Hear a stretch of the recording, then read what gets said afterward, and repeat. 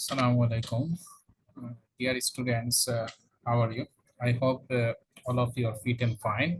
Today, we are going to discuss the rest point of the model test 2. I have discussed the some points of the model test 1, model test 2. Today, we are going to discuss the rest point of model test 2. Rest পয়েন্টে যে বাকি অংশটুকু ছিল এখানে 2 নম্বরে। So let's start our today's class. এখানে দেওয়া আছে যে আজকে আরেকটা অনুচ্ছেদ আমরা পড়বো, সেটা হচ্ছে সিনথেসিস। যেমন 2 নম্বরে আছে, প্রথমে বলছে তারা রিড দ্য ফলোইং টেক্সট, প্রথমে পাঠটি পড়ে এন্ড মেক এ ফ্লোচার্ট, তারপর একটা ফ্লোচার্ট তৈরি করো showing the situation of adolescents girls in Bangladesh. মানে হচ্ছে যে অ্যাডোলেসেন্টস মানে হচ্ছে কিশোরী মেয়েদের, অর্থাৎ বয়সন্ধিকালে মেয়েদের যে অবস্থা সেটা দেখে একটা ফ্লোচার্ট তৈরি করো। Okay, one is done for you, একটা তোমাদের জন্য করে দেওয়া হলো। প্রথমে দেখেন আপনার এখানে কি লেখা আছে, ইন বাংলাদেশ মানে হচ্ছে বাংলাদেশে। কোন জায়গার আগে যখন ইন থাকবে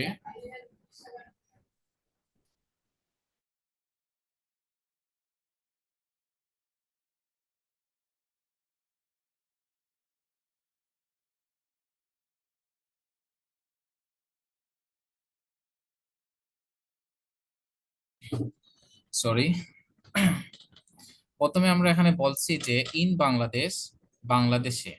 দা legal age, legal age, legal মানে হচ্ছে বৈধ, এজ অর্থ হচ্ছে বয়স, অফ ম্যারেজ, ম্যারেজ মানে বয়স, বিবাহের জন্য বৈধ বয়স, ফর গার্লস মেয়েদের জন্য, ইজ 18। তাহলে এখানে কি দাঁড়ালো, প্রথম যে line, in Bangladesh the legal age of marriage for girls is 18, মানে বাংলাদেশে মেয়েদের জন্য বিবাহের বৈধ বয়স হলো 18।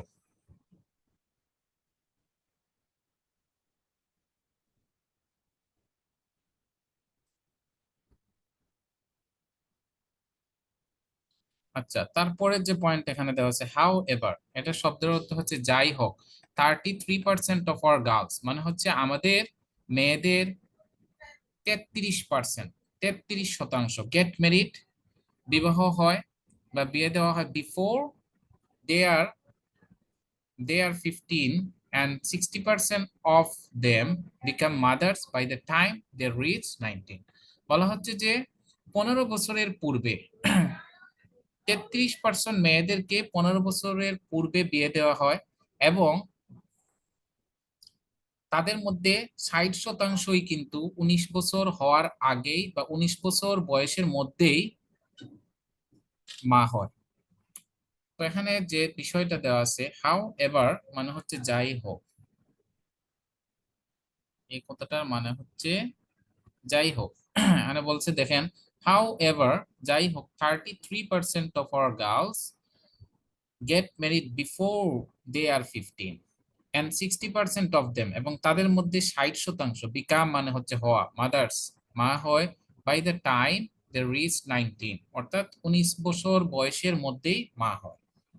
তাহলে কি দাঁড়ালো, যে যাই হোক আমাদের মেয়েদের 33% 15 বছর বয়সের পূর্বেই বিয়ে দেওয়া হয় এবং তাদের মধ্যে 60% 19 বছরের বয়সের মধ্যেই মা হয়। I hope you got the point. তারপরে হচ্ছে এখানে when an adolescent girl gets married she usually drops out of school, that's mean she loses her interest to with study. Whenever an adolescent girls are married or married off, she usually drops out of school and thus loses her mobility. Her mobility means to her mobility with study.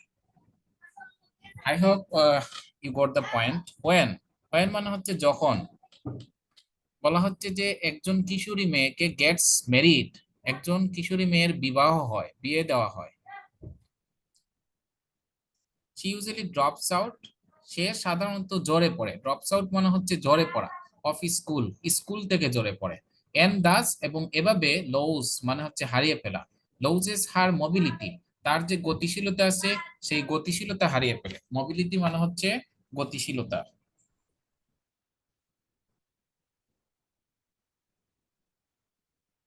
তাহলে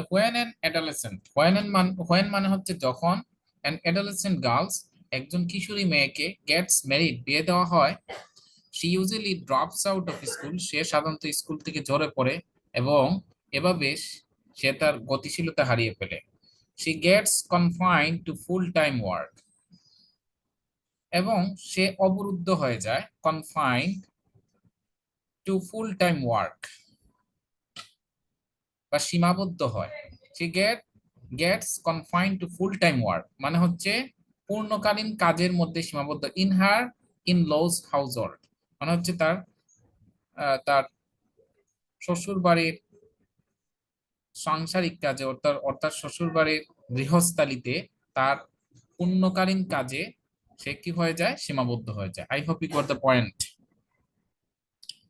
and you will have to read the whole passage understanding the Bangla meaning of this passage, then it will be more effective to you, and then you can answer the questions that can come in your upcoming exam.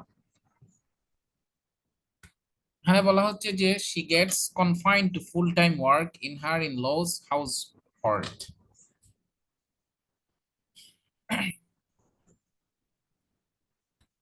আচ্ছা, তারপরের point এখানে দেয়া আছে যে she loses social status মানে হচ্ছে মর্যাদা, সামাজিক যে মর্যাদা, লস মানে হারিয়ে ফেলে, she loses social status সে সামাজিক মর্যাদা হারিয়ে ফেলে, and all the opportunities of economic independence এবং সকল অর্থনৈতিক, ইকোনমিক মানে হচ্ছে অর্থনৈতিক, ইন্ডিপেন্ডেন্স মানে হচ্ছে স্বাধীনতা, অর্থনৈতিক স্বাধীনতার সকল সুযোগ সুবিধা, all the opportunities অথবা সকল সুযোগ।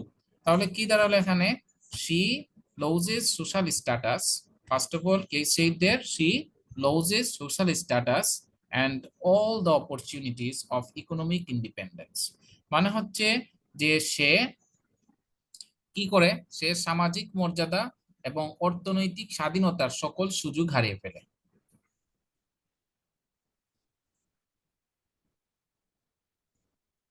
আচ্ছা, তারপরে এখানে লেখা আছে in her in lodge house মানে হচ্ছে শ্বশুর বাড়িতে, তার শ্বশুর বাড়িতে she gets marginalized মানে কুণ্ঠাসা হয়ে পড়ে, মার্জিনালাইজড শব্দের অর্থ হচ্ছে কুণ্ঠাসা, তারপরে she gets marginalized মানে হচ্ছে সে কুণ্ঠাসা হয়ে পড়ে।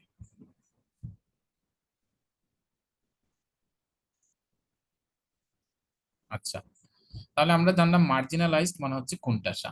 তারপরে এখানে যে জিনিসটা বলা হচ্ছে শি বিকামস সে হয় ভালনারেবল, শিকার হয়, ভালনারেবল মানে হচ্ছে শিকার, to all swords of abuse, all swords of মানে হচ্ছে সকল ধরনের, অ্যাবিউজ মানে হচ্ছে নির্যাতনের, সে সকল ধরনের নির্যাতনের শিকার হয়, যেগুলোর মধ্যে অন্তর্ভুক্ত, ইনক্লুডিং মানে হচ্ছে যেগুলোর মধ্যে অন্তর্ভুক্ত ডাউরি রিলেটেড ভায়োলেন্স, ডাউরি মানে হচ্ছে যৌতুক, রিলেটেড মানে হচ্ছে সম্পর্কিত, তাহলে ডাউরি রিলেটেড মানে হচ্ছে যৌতুক সম্পর্কিত, ভায়োলেন্স মানে হচ্ছে সহিংসতা, তাহলে যৌতুক সংশ্লিষ্ট বা সম্পর্কিত সহিংসতা।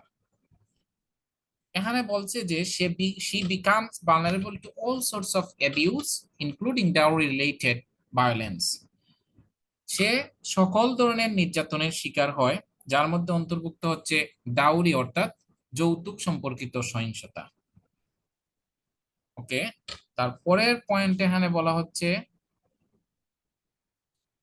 যে ইন আওয়ার কান্ট্রি মানে হচ্ছে আমাদের দেশে, ইট ইজ স্টিল, স্টিল মানে হচ্ছে এখনো, তাহলে কি দাঁড়ালো যে in our country it is still a common practice, বলা হচ্ছে যে আমাদের দেশে এটি এখনো একটি সাধারণ অনুশীলন বা সাধারণ চর্চা, প্র্যাকটিস মানে হচ্ছে চর্চা, ফর দ্য ব্রাইডস ফ্যামিলি মানে হচ্ছে যে কনের পরিবারের জন্য, কন্যার পরিবারের জন্য, টু পে ডাউরি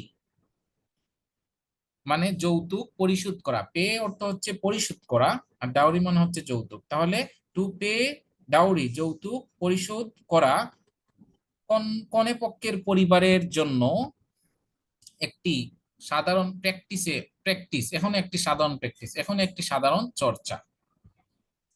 এই সেন্টেন্স আমরা অর্থ সহ পড়ে নিলাম। তারপরের সেন্টেন্স এখানে বলা হচ্ছে যে ডাউরি ডিমান্ডস মানে যৌতুকের দাবি ক্যান কন্টিনিউ, কন্টিনিউ মানে হচ্ছে চলতে থাকা। এখানে বলছে যে ক্যান কন্টিনিউ চলতে পারে, ইভেন এমনকি আফটার ম্যারেজ বিবাহের পরে। তাহলে কি দাঁড়ালো যে যৌতুকের দাবি এমনকি বিবাহের পরেও চলতে পারে। I hope you got the point.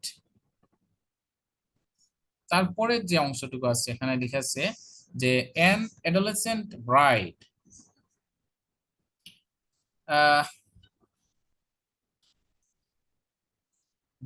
due to dowry demands, the adolescent girls of our country are vulnerable to different kinds of abuse. Different kinds of abuse. Say, for example, we can say of kicking, we can say of acid throwing, and we can say of insult from the family of bridegrooms. এখানে বলা হচ্ছে যে an adolescent bride, বলা হচ্ছে যে একজন প্রাপ্তবয়স্ক একজন কিশোরী কন্যা, ইভেন ইফ এমনকি যদিও, হার ইন লজ মানে হচ্ছে তার শ্বশুর বাড়ি, আর সাপোর্টিভ মানে সহায়ক হয়, তবুও দেখা যায় যে ফেসেস ইনারমাস হেলথ রিস্ক, সে কি করে সম্মুখীন হয়। ফেস মানে হচ্ছে সম্মুখীন হওয়া, ইনারমাস মানে হচ্ছে ব্যাপক, ব্যাপক, তার হচ্ছে হেলথ রিস্ক স্বাস্থ্য সমস্যা, ব্যাপক স্বাস্থ্য সমস্যার সম্মুখীন হয় ডিউরিং প্রেগনেন্সি মানে হচ্ছে যে গর্ভবতী হওয়ার সময়, এন্ড চাইল্ড বার্থ গর্ভবতী এবং সন্তান জন্ম দেওয়ার সময়। তাহলে এখানে কি দাঁড়ালো পুরোটা অর্থ, বলা হচ্ছে যে একজন কিশোরী কন্যা এমনকি যদি তার শ্বশুর বাড়ি তার মানে সহায়ক হয়, তবুও দেখা যায় যে যদি সহায়ক তবুও দেখা যায় যে সে কি করে যে গর্ভবতী এবং সন্তান জন্ম দেওয়ার সময় ব্যাপক স্বাস্থ্য ঝুঁকির সম্মুখীন হয়। I hope you got the point. I hope you understood this point, and if you don't understand any point, you can call me and you can knock on my WhatsApp number and I'll reply your I'll reply I'll reply to your questions. Okay, তারপর এখানে দেওয়া আছে যে an adolescent bride, even if her in-laws are supportive, faces enormous health risks during pregnancy and childbirth. I have already told the Bangla meaning of this sentence.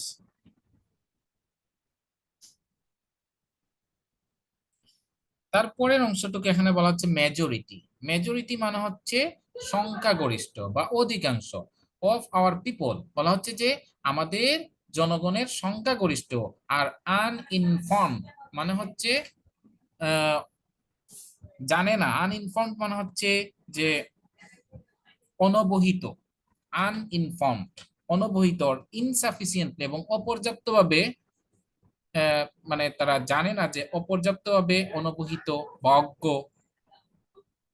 বা অপর্যাপ্তভাবে তারা যেটুকু জানে যে জানে about contraception and reproductive health.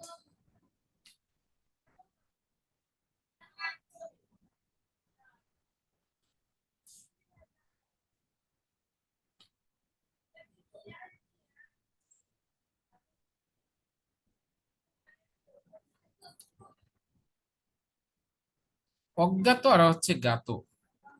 তারপরে আরেকটা হচ্ছে এখানে কন্ট্রাসেপশন শব্দ, এটার মানে হচ্ছে গর্ভনিরোধক। তাহলে এখানে কি বলা হচ্ছে যে গর্ভনিরোধক এবং প্রজনন স্বাস্থ্য সম্পর্কে অপর্যাপ্তভাবে জ্ঞাত।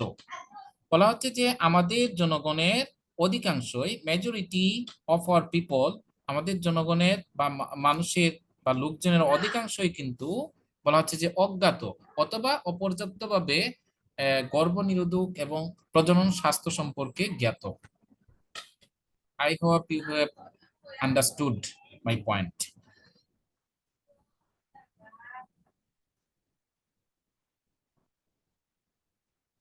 ওকে, তারপরে লাস্ট যে পয়েন্ট এখানে দেওয়া আছে যে this leads to increased mortality, এটা কোন দিকে নিয়ে যায়, এটা ক্রমবর্ধমান মর্টালিটি মানে হচ্ছে মৃত্যু, তারপর হচ্ছে রেটস মানে মৃত্যুর হার, মর্টালিটি রেটস। এটা বলা হচ্ছে যে মৃত্যুর হার বাড়িয়ে নেওয়ার দিকে নিয়ে যায়, অর্থাৎ ক্রমবর্ধমান মৃত্যুর দিকে নিয়ে যায়। এবং এডোলেসেন্স ব্রাইডস মানে হচ্ছে যে কিশোরী কন্যাদের মধ্যে ডিউরিং চাইল্ড বার্থ, সন্তান জন্মের সময়। তাহলে এটা সন্তান জন্মের সময় কিশোরী কন্যাদের মধ্যে, দেখেন এখানে এমং এডোলেসেন্স ব্রাইডস মানে হচ্ছে কিশোরী কন্যাদের মধ্যে, আর ডিউরিং চাইল্ড বার্থ মানে হচ্ছে সন্তান জন্মদানের সময়। তাহলে কি দাঁড়ালো এখানে, যে এটা সন্তান জন্মদানের সময় কিশোরী মেয়েদের মধ্যে মৃত্যুর হারকে বাড়িয়ে দেওয়ার দিকে নিয়ে যায় বা ক্রমবর্ধমান মৃত্যুর দিকে নিয়ে যায়। I hope you got the point. আচ্ছা, এখন আমরা ফ্লো চার্ট তৈরি করব। দেখেন প্রথমে তারা লিখছে যে গেটিং ম্যারিড আর্লি, মানে এখানে কি বলছে তাদের অবস্থা, গেটিং ম্যারিড আর্লি মানে অল্প বয়সে বিয়ে দেওয়া। তারপরে দেখি এটা লিখে ফেলছে, আর কি আছে এখানে, এটা লিখতে পারি যে ড্রপস আউট, এখন যদি লিখি ড্রপিং আউট অফ স্কুল তাও হবে। তারপরে আমরা লিখতে পারি অ্যান্ড লুজিং হার মোবিলিটি, এটাও লেখা যায়। তারপরে আমরা লিখতে পারি যে getting confined two full time work in her in lodge house. তারপরে এটাও লেখা যায়, দেখেন অনেকগুলো আছে। লজিং আমরা যদি এরকম লিখি যে losing social status and all the opportunities of economic independence. তারপর হচ্ছে getting marginalised in in laws, her in laws, in her in laws, এইভাবে লিখতে পারি। তারপরে হচ্ছে যে বিকামিং ভালনারেবল অথবা being vulnerable to all source of abuse, এইভাবে লিখতে পারেন। দেখেন তারা অনেকগুলা লিখছে, তারা লিখছে ডেপ্রাইভড অফ এডুকেশন, শিক্ষা থেকে বঞ্চিত, লস অফ হার মোবিলিটি, এভাবেও লিখতে পারেন। আর আমি যেভাবে বলছি এইভাবেও লিখতে পারেন। আমি প্রথমে তার কন্ডিশন দেখছি যে ভার্বের সাথে আইএনজি যোগ করা, অর্থাৎ জিরান ব্যবহার করে সব এটা লিখছে, যেন সবগুলা জিরান ব্যবহার করেও লিখতে পারেন। তারপর হচ্ছে loss of social status and all the opportunities of independence, vulnerable to all sorts of abuse, এভাবে লিখতে পারেন, including dowry related violence, facing health hazards during pregnancy, স্বাস্থ্য ঝুঁকির সম্মুখীন হওয়া গর্ভবতী এবং সন্তান জন্মদানের সময়। আশা করি বুঝতে পারছেন এটা কিভাবে লিখবেন। তবে লেখার সময় আপনারা বক্স আকারে লিখবেন, নো বক্স নো মার্কস, এটা মনে রাখবেন যে বক্স না লিখলে কোনো মার্কসই পাবেন না। আশা করি এই পয়েন্টটা বোঝা গেছে।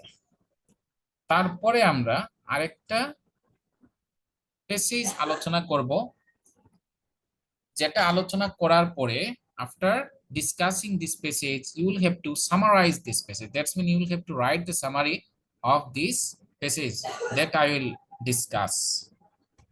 This passage is about a street child named Amerigo, এটা আমরা এখন পড়তে যাচ্ছি। We are going to discuss about a passage named a street child Amerigo। দেখেন এখানে কি লেখা আছে, মাই নেম ইজ এমেরিগো, বলছে যে আমার নাম হলো এমেরিগো। তারপরে বলছে আই এম 13 years old, আমার বয়স 13 বছর, and I live on the street alone, বলা হচ্ছে যে আমি একাকী রাস্তায় বসবাস করি। My mother who is separated from my father, বলা হচ্ছে যে আমার মা যিনি আমার বাবা থেকে বিচ্ছিন্ন হয়ে গেছেন, আলাদা, ডাজন্ট ওয়ান্ট মি, আমাকে চান না।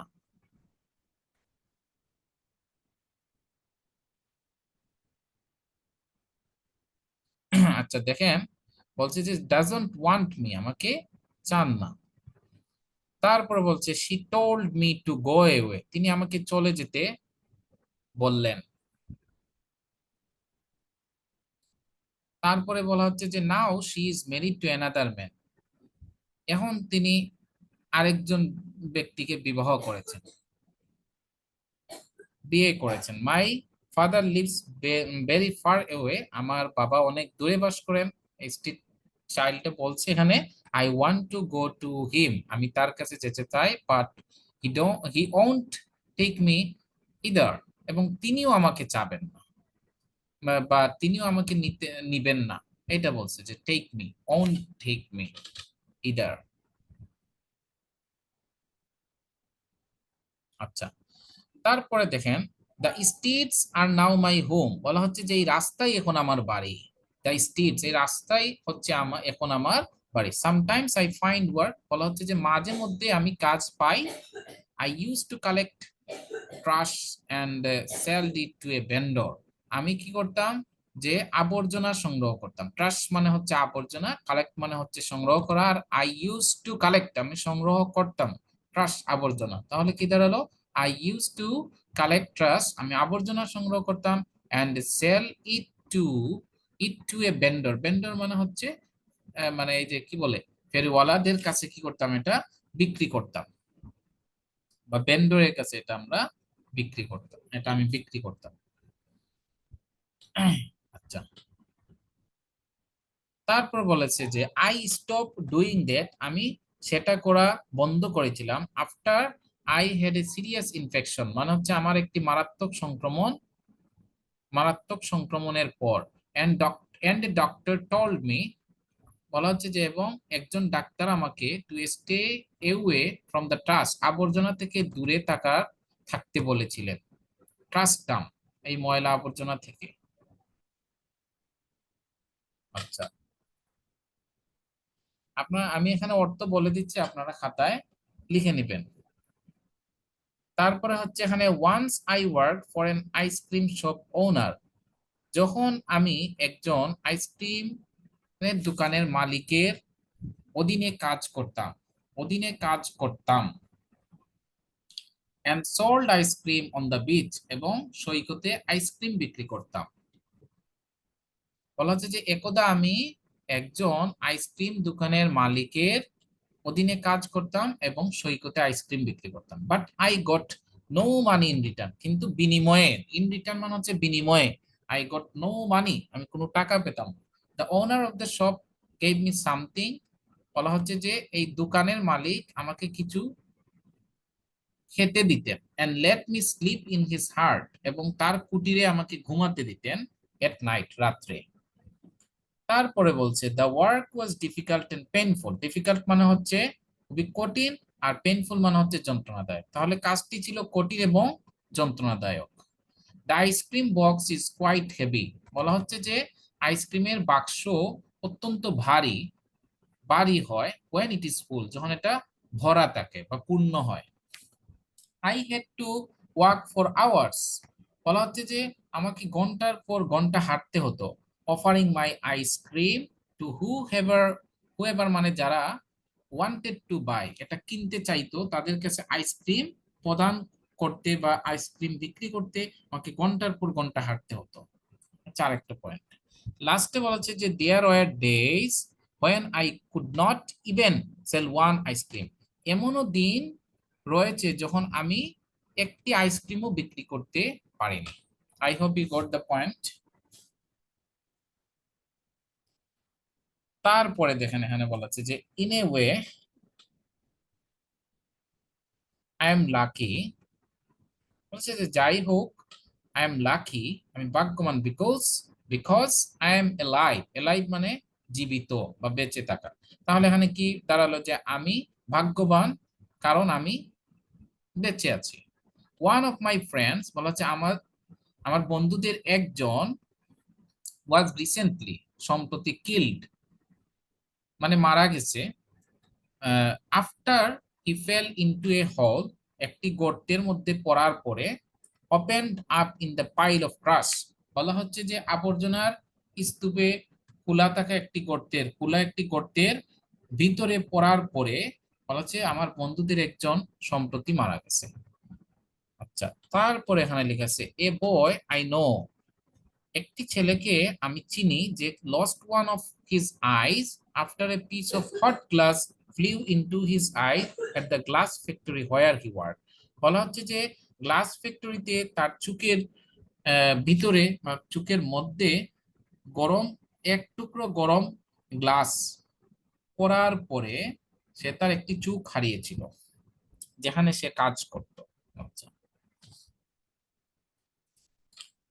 তাহলে কি দাঁড়ালো যে একটি ছেলেকে আমি চিনি যে আহ, যে কি করতো, যে এক গ্লাস ফ্যাক্টরিতে যেখানে সে কাজ করতো সেখানে তার চোখের মধ্যে এক টুকরো গরম গ্লাস পড়ার পরে তার একটি চোখ হারিয়েছিল।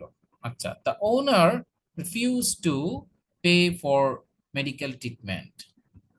বলা হচ্ছে যে মালিক তার চিকিৎসা, মেডিকেল ট্রিটমেন্ট মানে হচ্ছে যে চিকিৎসার জন্য, মেডিকেল চিকিৎসা সেবার জন্য কোনো টাকা দিতে রাজি হয়নি, টাকা দিতে অস্বীকৃতি জানিয়েছিল।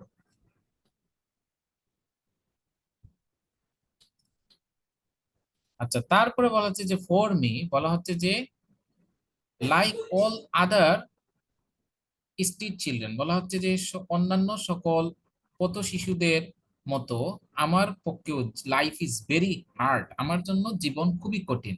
I am looking for work, আমি কাজের খোঁজ করছি। আই এম অলওয়েজ হাংরি, বলা হচ্ছে যে সে বলতেছে যে আমি সব সময় ক্ষুধার্ত থাকি, অ্যান্ড আই ডোন্ট নো, এবং আমি জানি না where I will sleep at night, আমি রাতে কোথায় ঘুমাবো। এই হচ্ছে 3 নাম্বার প্যাসেজ। অর্থাৎ এই 3 নাম্বার প্যাসেজটা পরে আপনাদেরকে সামারি লিখতে হবে, তবে হুবহু লেখা যাবে না, এখান থেকে সেন্টেন্সটা একটু মডিফাই করে লিখলেই আপনাদের সামারি হয়ে যাবে। দেখেন এখানে তারা কিন্তু সামারি লিখছে, কি লিখছে, the condition of street children is very lamentable. Lamentable মানে হচ্ছে শোচনীয়। তাহলে এই গল্প থেকে আমরা যেটা জানলাম যে পথ শিশুদের অবস্থা খুবই শোচনীয়। They lead an inhuman life, তারা খুবই অমানবিক জীবন যাপন করে। Amerigo is a street child, এখানে আমেরিগোর কথা বলা হয়েছে। আপনারা এইভাবে লিখতে পারেন যে আমেরিগো হচ্ছে একটি পথ শিশু। হি has to lead an inhuman life, তাকে একটি অমানবিক জীবন পরিচালনা করতে হয়। He is deprived of motherly, এবং সে তার মা থেকে বঞ্চিত, পাশাপাশি তার বাবার স্নেহ এবং মমতা থেকে বঞ্চিত। হি ইজ শেল্টারলেস, সে হচ্ছে আশ্রয়হীন। He has to live in unhygienic conditions, তাকে একটি অস্বাস্থ্যকর অবস্থায় জীবনযাপন করতে হয়। He is deprived of education, সে শিক্ষা থেকে বঞ্চিত। To earn his bread and butter, মানে তার জীবিকা নির্বাহ করার জন্য he has to do some odd and risky job, তাকে কিছু কঠোর এবং ঝুঁকিপূর্ণ কাজ করতে হয়। His life may be endangered any time, তার জীবন যে কোনো সময় বিপদাপন্ন হতে পারে। যেহেতু হি has to some hazardous work, তাই কিছু ঝুঁকিপূর্ণ কাজ করতে হয়। ইফ হি ফল সিক, যদি সে অসুস্থ হয়ে পড়ে, he does not get medical treatment for want of money, সে টাকার অভাবে কি মেডিকেল অর্থাৎ চিকিৎসা সেবা পায় না। তাহলে হি সামটাইমস রিমেইনস আনফেড টু, সে মাঝে মধ্যেই খুবই কি বলা হয় যে ক্ষুধার্ত থাকে বা হতাশ থাকে। Such is the situation of children like আমেরিকো, আমেরিকোর মতো এই পথ শিশুদের, সকল পথ শিশুদের এমনই অবস্থা। তাহলে দেখেন এটা কিন্তু পার্ট থেকেই লিখছে, আপনারাও লিখতে পারবেন একটু মডিফাই করে এখান থেকে, তবে সবগুলা লিখবেন না, এর অর্ধেক হবে অথবা 3/1 হবে। যদি এখানে 150 ওয়ার্ড থাকে তাহলে আপনাকে 50, 60 বা 70, 80 ওয়ার্ডের মধ্যে একটা সামারি লিখতে হবে। আচ্ছা,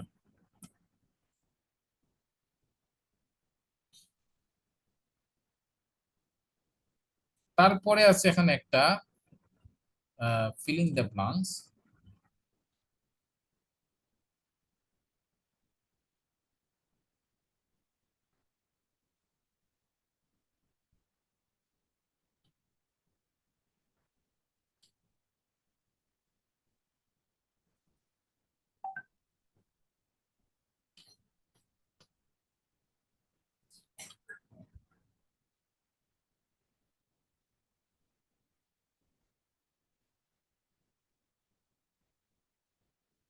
আচ্ছা দেখেন এখানে কি লেখা আছে, কনফ্লিক্ট ক্যান বি, বলা হচ্ছে যে কনফ্লিক্ট মানে হচ্ছে দ্বন্দ্ব, দ্বন্দ্বকে, দ্বন্দ্ব হতে পারে as clash of value and ideas এবং আদার থিংস, বলা হচ্ছে যে অন্যান্য জিনিসের মধ্যে,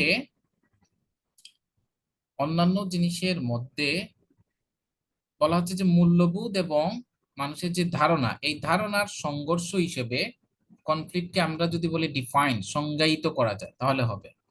অর্থ ম্যাচ খায়, এবং বি এর পরে এই যেখানে বি আছে না, বি এর পরে যদি কোনো মূল ভার্ব আসে তখন সেটা হবে মূল ভার্বের পাস্ট পার্টিসিপল, এই জন্য এখানে ডিফাইনটা হবে defined. I hope you got the point. তারপরে বলা হচ্ছে and the most serious form of conflict, বলা হচ্ছে যে কনফ্লিক্টের সবচেয়ে সবচেয়ে সিরিয়াস ফর্ম মানে মারাত্মক রূপ রূপ হলো is dash clashes that results in a lots of dash and casualties. হতাহত, ক্যাজুয়ালিটিস মানে হচ্ছে হতাহত। তাহলে কনফ্লিক্টের সবচেয়ে মারাত্মক রূপ হলো যে, এখানে বলা হচ্ছে মারাত্মক রূপ হবে এখানে অ্যাগ্রেসিভ ক্লাশেস, এই যে আগ্রাসী যে সংঘর্ষ, অ্যাগ্রেসিভ ক্লাশেস। দেখেন তারা এখানে কি লিখছে, আচ্ছা এখানে লিখছে আর্মড। আর্মড মানে হচ্ছে সশস্ত্র, তারা এখানে লিখছে আর্মড ক্লাশেস, সশস্ত্র যে সংঘর্ষ, that results in lots of dash, যার ফলে প্রচুর, বলা হচ্ছে যে প্রচুর কি হয়, ডেথস মৃত্যু, এবং হতাহতের হতাহতের আহ, শিকার হয় বা হতাহত হয়, হতাহত সংগঠিত হয়। That results in lots of প্রচুর কি হয়, প্রচুর, এখানে হবে deaths and casualties. There can be conflict dash us, বলা হচ্ছে যে কনফ্লিক্ট হতে পারে, এবং আজ যদি আমরা বলি আমাদের মধ্যে, বলা হচ্ছে যে দেয়ার ক্যান বি কনফ্লিক্ট, এবং উইচ ইজ ড্যাশ, যেটাকে বলা হয় উইচ ইজ কল্ড, কল্ড এখানে দেখেন উইচ ইজ কল্ড যাকে বলা হয় ইন্টারপার্সোনাল কনফ্লিক্ট। এখানে উইচ ইজ এই যে সেন্টেন্সটা একটা প্যাসিভ ভয়েস আছে, এই জন্য উইচ ইজ এর পরে মূল ভার্বের পাস্ট পার্টিসিপল কল, কলটা আছে এখানে হবে called, which is called interpersonal conflict, যেটাকে বলা হয় আন্তঃব্যক্তিক দ্বন্দ্ব। আচ্ছা, ইন্টারপার্সোনাল কনফ্লিক্ট। দেখি এটা দেখেন এটা ট্রান্সলেট সিলেকশনে কি বলে,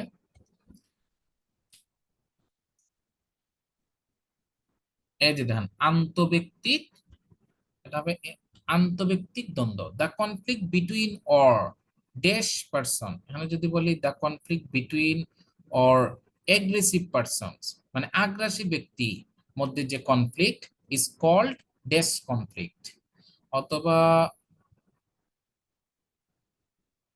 ইকোনমিক্স আর্মড ফোর্স। আচ্ছা,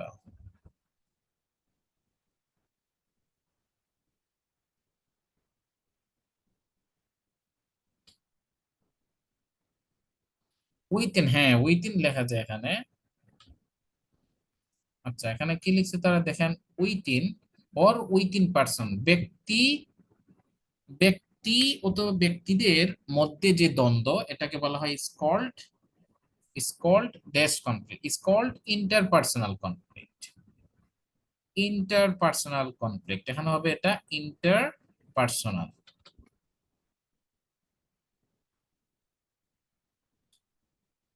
আগেরটা আমরা বলছি ইন্টারপার্সোনাল, আর এখনটা হচ্ছে ইন্টারপার্সোনাল। ওকে, তারপরে হচ্ছে এখানে লেখা আছে যে কনস্ট্রেইন অফ রিসোর্সেস মানে হচ্ছে সম্পদের সীমাবদ্ধতা, কনস্ট্রেন্ট মানে হচ্ছে সীমাবদ্ধতা, অফ রিসোর্সেস সম্পদের সীমাবদ্ধতা, is also a dash of conflict, is also a cause of conflict মানে হচ্ছে যে দ্বন্দ্বের একটি কারণ। তাহলে কি দাঁড়ালো, যে সম্পদের সীমাবদ্ধতা দ্বন্দ্বের একটি কারণ, and it is known age dash conflict, it is known as economic conflict. দেখেন সম্পদ কিন্তু অর্থনীতির সাথে রিলেটেড, এর জন্য এটা হবে economic conflict. I hope you got the point.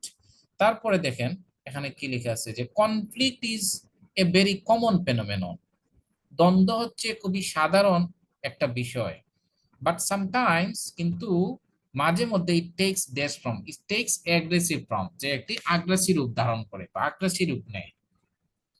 আমি আবারও এটা বলে দিচ্ছি, দেখেন এখানে বলছে যে conflict can be defined as clash of value and ideas among others, and the most serious form of conflict is is and clashes and results in lots of deaths and casualties। তাহলে এখানে কি দাঁড়ালো, যে দ্বন্দ্বকে অন্যান্য জিনিসের মধ্যে মূল্যবোধ এবং ধারণার সংঘর্ষ হিসেবে সংজ্ঞায়িত করা যায়, এবং দ্বন্দ্বের সবচেয়ে মারাত্মক রূপ হচ্ছে সশস্ত্র সংঘর্ষ, যেটা যার ফলে প্রচুর মৃত্যু এবং হতাহত সংঘটিত হয়। I hope you got the point. আচ্ছা, তারপরে দেয়ার ক্যান বি কনফ্লিক্ট। এখানে যদি আমরা বলি there can be conflict among us, আমাদের মধ্যে কনফ্লিক্ট হতে পারে, যেটাকে বলা হয় which is called interpersonal conflict. The conflict between or within person, ব্যক্তি বা ব্যক্তিবর্গের মধ্যে যে কনফ্লিক্ট, সেটাকে বলা হয় is called interpersonal conflict. Constraint of resources is also a cause of conflict, মানে হচ্ছে যে সম্পদের সীমাবদ্ধতা দ্বন্দ্বের একটি কারণ, এবং এটা it is known as economic conflict, এটা ইকোনমিক অর্থাৎ অর্থনৈতিক দ্বন্দ্ব নামে পরিচিত। তারপরে বলছে conflict is very common phenomenon, এটা হচ্ছে খুবই সাধারণ বিষয়, but sometimes it takes aggressive forms, মাঝে মধ্যে এটা আগ্রাসী রূপ নেয়। I hope that you have understood my lecture. তারপরে যে পয়েন্ট এখানে দেওয়া আছে, এখানে আছে filling the blanks without clue, মানে কোনো ক্লু দেওয়া থাকবে না। এখন দেখেন, এগুলো পারার জন্য অবশ্যই আপনাকে প্রত্যেকটা ওয়ার্ডের মিনিং জানতে হবে, তারপর সেন্টেন্সের বাংলা ট্রান্সলেশন জানতে হবে, তাহলে দেখুন যে সহজেই তারপরে আপনারা গ্রামাটিক্যাল রুলস প্রয়োগ করবেন। সিনসিয়ারিটি, এখানে এখানে কি লেখা আছে, sincerity is the best way of achieving success, মানে কি আন্তরিকতা, সিনসিয়ারিটি মানে হচ্ছে আন্তরিকতা, ইজ দ্য বেস্ট ওয়ে সবচেয়ে ভালো উপায়, অফ অ্যাচিভিং সাকসেস, অ্যাচিভ মানে হচ্ছে অর্জন করা, সাকসেস সফলতা, তাহলে সফলতা অর্জন করার সবচেয়ে ভালো উপায়, আন্তরিকতা হলো সফলতা অর্জন করার সবচেয়ে ভালো উপায়। আচ্ছা, তারপরে বলা হচ্ছে one can go a long way, মানে হচ্ছে একজন ব্যক্তি বেশি দূর বা দীর্ঘ পথ যেতে পারে না, ইফ ওয়ান ডাজ এনিথিং, যদি একজন ব্যক্তি বা কেউ একজন ডাজ এনিথিং কোনো কিছু করে উইথ সিনসিয়ার, অর্থাৎ একজন ব্যক্তি বেশি দূর যেতে পারে যদি সে কি করে, যে আন্তরিকতার সাথে কোনো কিছু করে, ঠিক আছে। এখন if one does not anything with sincerity, he or she he or she cannot go a long way, ঠিক আছে। and if you would like to succeed in life, you will have to do something with sincerity, without sincerity you cannot reach your goal। তাহলে এটা দ্বারা এটাই বোঝানো হচ্ছে যে one can go a long way if one does anything with sincerity, বলা হচ্ছে যে একজন ব্যক্তি দীর্ঘ পথ যেতে পারে যদি সে কিনা কি করে, যে আন্তরিকতার সাথে কোনো কিছু করে। People who are sincere in their work, বলা হচ্ছে যে যেসব লোক তাদের কাজের প্রতি আন্তরিক, তারা কি হয়, আর ডেস অফ মেকিং এনিথিং সাকসেস, বলা হচ্ছে যে কোনো কিছুকে সফল করার করার ক্ষেত্রে ক্যাপেবল হয়, এবল হয়। তাহলে ক্যাপেবল লেখা যায়, লিখতে পারেন ক্যাপেবল। আর তারা কি লিখছে দেখেন, হ্যাঁ ক্যাপেবল লিখতে পারে, অথবা নিশ্চিত সে তার সাফল্যের চূড়ায় পৌঁছাতে পারে,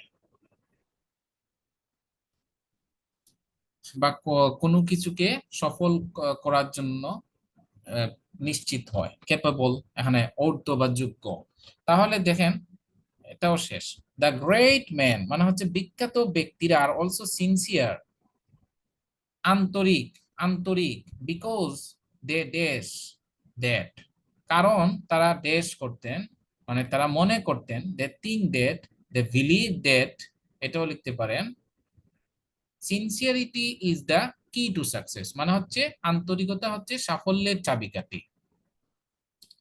আচ্ছা, তারপরে দেখেন পরের লাইন, দোজ হু মানে হচ্ছে যারা, আর নট ড্যাশ, এখানে লিখতে পারেন are not sincere, can never গো লিখতে পারেন, can never go a long way in the world, বিশ্বের মধ্যে বিশ্বে মধ্যে দীর্ঘ পথ যেতে পারে না।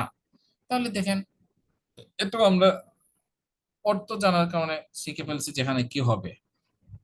ওয়ার নট এর পরে আমরা এখানে অ্যাডজেক্টিভ ইউজ করেছি, অর্থাৎ অক্সিলিয়ারি ভার্বের পরে অ্যাডজেক্টিভ ইউজ করা যায়।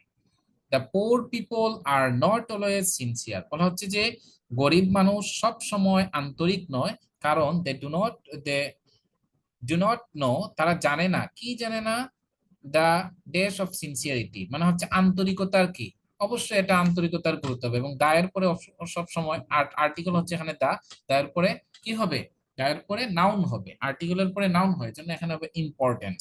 তাহলে দা ইম্পর্টেন্স অফ সিনসিয়ারিটি মানে আন্তরিকতার গুরুত্ব সম্পর্কে তারা জানে না।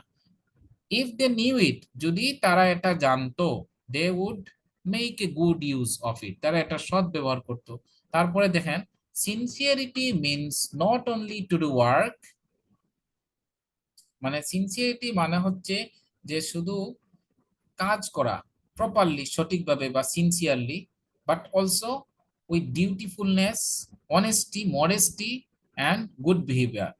সিনসিয়ারিটি শুধু মনোযোগ সহকারে কাজ করাই নয়, সেটা হচ্ছে ডিউটিফুলনেস, কর্তব্য, সততা, তারপরে হচ্ছে সাধুতা এবং ভালো আচরণের সাথেও কাজ, ভালো আচরণ করাকেও বোঝায়।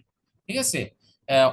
ইফ অল অফ আস, আমাদের যদি আমাদের সবাই ডেস সিনসিয়ার, এখানে যদি লিখেন বিকাম সিনসিয়ার তাও হবে, অথবা লিখেন আর sincere, our country will does be prosperous. Will এখানে লিখতে পারেন যে শিওরলি বি প্রসপারাস, অবশ্যই, উইল সার্টেনলি বি প্রসপারাস। আশা করি এটা বোঝা গেছে। এই যে দেখেন certainly, surely, definitely, undoubtedly, undoubted মানে নিঃসন্দেহে। আচ্ছা, তারপরে এখন এখানে একটা রিয়ারেঞ্জ আছে। এখন রিয়ারেঞ্জ পাওয়ার জন্য আপনাদেরকে পুরো মানে যা দেয়া থাকবে সেটা অর্থ সহ পড়ে নিন।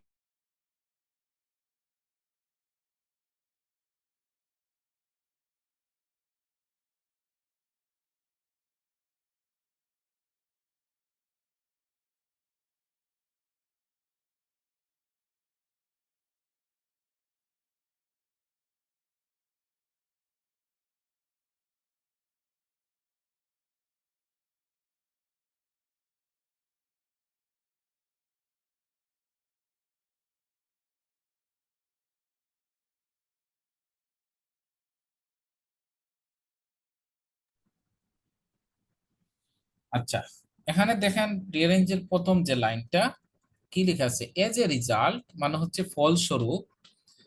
আচ্ছা, এটা আমরা পড়ে ফেলছি, এখানে হাইলাইট করে রাখি।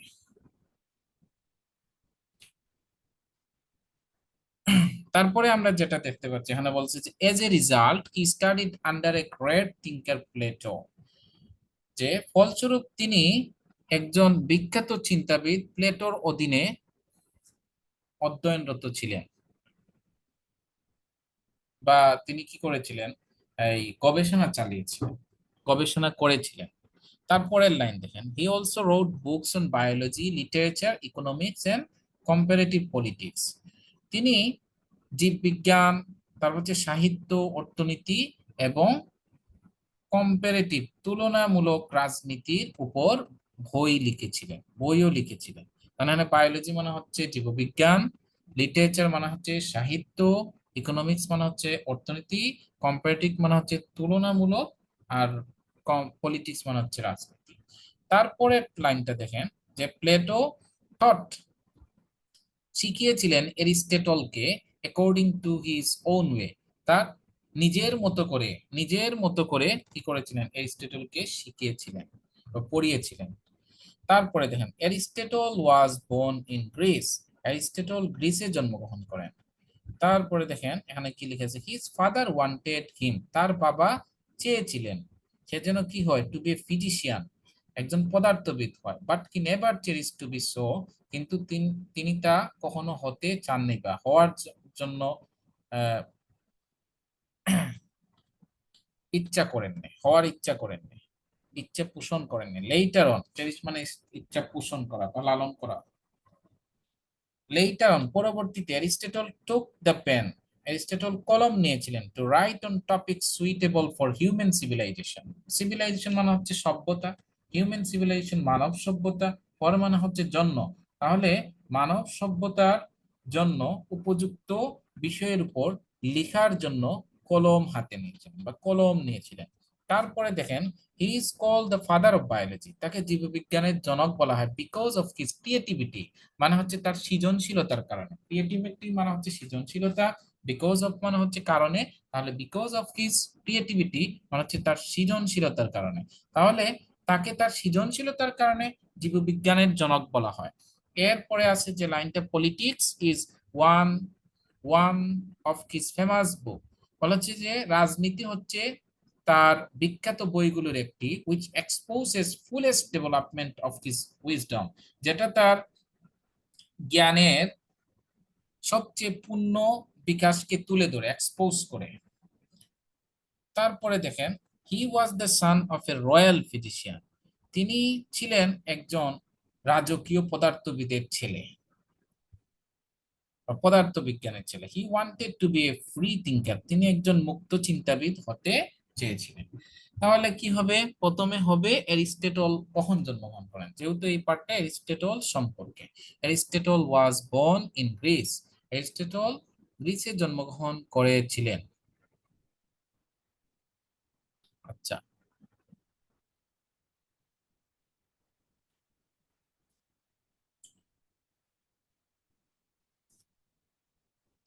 দেখেন আমরা প্রথমে জন্মসাল, সাধারণত প্রথমে জন্মসালটা উল্লেখ করতে হয়, কোনো ব্যক্তির নাম বা জন্মসাল পরিচয়টা। দেখেন তার ডি লেখছে আগে। তারপরে দেখেন এখানে কি লেখা আছে, যে তিনি কি ছিলেন, he was the son of a royal physician, তিনি ছিলেন একজন রাজকীয় পদার্থবিজ্ঞানের ছেলে। তারপরে দেখেন এখানে কি লেখা আছে, তাকে কি বলা হতো, তাকে বলা বলা হয় he is called the father of biology because of his creativity, তার সৃজনশীলতার কারণে তাকে জীববিজ্ঞানের জনক বলা হয়। এরপরে বলা হচ্ছে যে his father wanted him to be a physician but he never cherish to be so,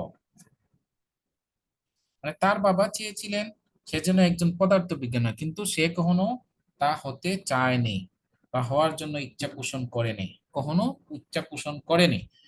আচ্ছা, মানে সে কি চেয়েছিল, সে চেয়েছিল যে he wanted to be a free thinker, সে একজন মুক্ত চিন্তাবিদ হতে চেয়েছিল। এই জন্য সে কি করলো, বলে এজ এ রিজাল্ট, এই যে দেখেন একজন বিখ্যাত চিন্তাবিদ প্লেটোর অধীনে গবেষণা করলো বা অধ্যয়ন করলো।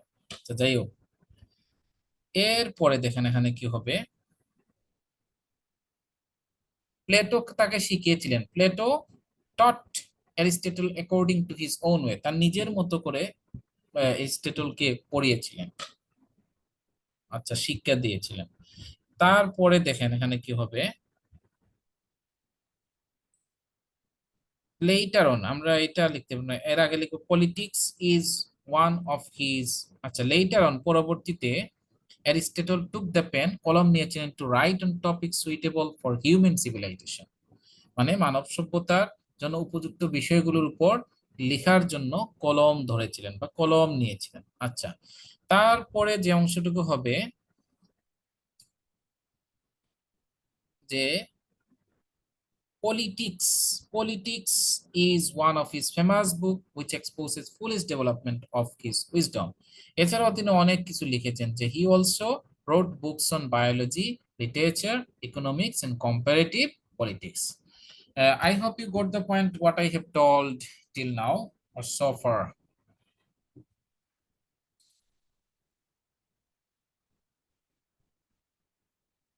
তাহলে দেখেন আমরা উত্তরটা মিলিয়ে নেই। প্রথমে ডি, তারপর আই লিখছে, প্রথমে আমরা বলেছিলাম ডি, তারপরে আই, তারপরে ই, এটা কি এখানে যে হিজ ফাদার, তার বাবা চেয়েছিলেন যে সে যেন একজন ফলার, কিন্তু সে তার হওয়ার ইচ্ছা পোষণ করেনি। সে একজন মুক্ত চিন্তাবিদ, অর্থাৎ যে হতে চেয়েছিল। দেখেন তারপরে কিন্তু এই জন্য তিনি কি করলেন, প্লেটোর অধীনে গবেষণা করলেন। প্লেটো তাকে নিজের মতো করে শিখিয়েছিলেন। দেখেন তারপর কিন্তু এই পয়েন্টটুকু এখানে লেখা আছে। তারপরে এফ নাম্বার লিখছে যে পরবর্তীতে তিনি কলম নিয়েছিলেন, তারপর কি করেছিলেন, পলিটিক্স ছিল তার ফেভারিট সাব মানে বিখ্যাত বইয়ের একটি, তার অন্যান্য বিষয়ের উপর তিনি বই লিখেছিলেন, এটা এখানে লিখছে।